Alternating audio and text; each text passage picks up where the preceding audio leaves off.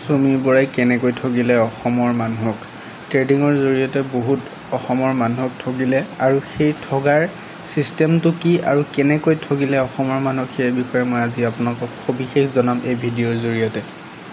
প্ৰথম কথা হ'ল ট্ৰেডিং এটা ৰিয়েল প্লেটফৰ্ম হয় যিটোৰ জৰিয়তে ট্ৰেডিং কৰি টকা উপাৰ্জন কৰিব পাৰি, কিন্তু সেইটো সেবি ৰেজিষ্টাৰ্ড এপ হ'ব লাগিব আৰু সেবি ৰেজিষ্টাৰ্ড হ'ব লাগিব ইনষ্টিটিউটটো।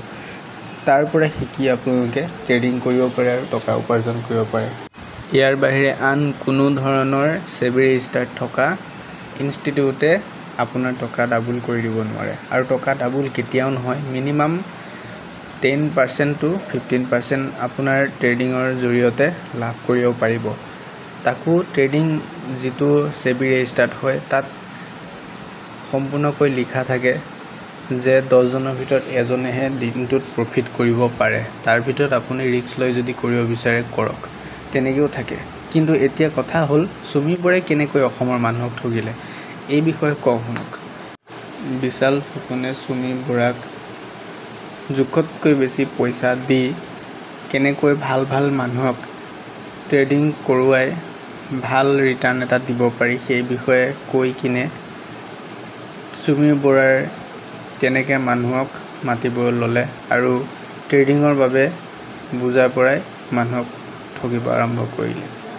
কথাটো হ'ল সুমি বৰাই ট্ৰেডিঙৰ বিষয়ে না কিবা জানে না শিকিছে, কিন্তু বিশাল ফুকনে ট্ৰেডিঙৰ বিষয়ে জানে আৰু কেনেকৈ কি কৰিব পাৰি সেই বিষয়ে জানিছিল।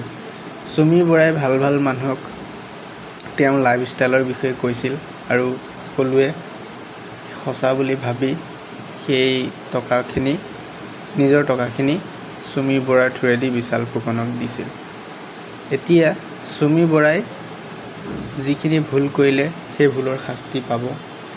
আৰু মই এইটো ক'ব নাযাওঁ যে ট্ৰেডিং আপুনি কৰক, কিন্তু ট্ৰেডিং কৰাৰ আগত সেবি ৰেজিষ্টাৰ্ড হয় নে নহয় তো চাই লওক আৰু সম্পূৰ্ণ জ্ঞান অৰ্জন কৰি তাৰপিছতহে ট্ৰেডিং কৰক। মই ট্ৰেডিং কৰিবৰ কাৰণে আপোনালোকক জোৰ কৰা নাই আৰু মোৰ এইটো কোনো এপক প্ৰমোট কৰা নাই। শিক্ষামূলকভাৱে কথাখিনি আপোনালোকৰ আগত উপস্থাপন কৰিছোঁ। ইয়াৰ পিছত যদি নিজেই ট্ৰেডিং কৰে বা নজনাকৈ কৰি যদি লছ কৰে তাৰ দায়ী মই নহয়, মই মাত্ৰ শিক্ষামূলকভাৱে আপোনালোকক কথাখিনি বুজাই দিছোঁ।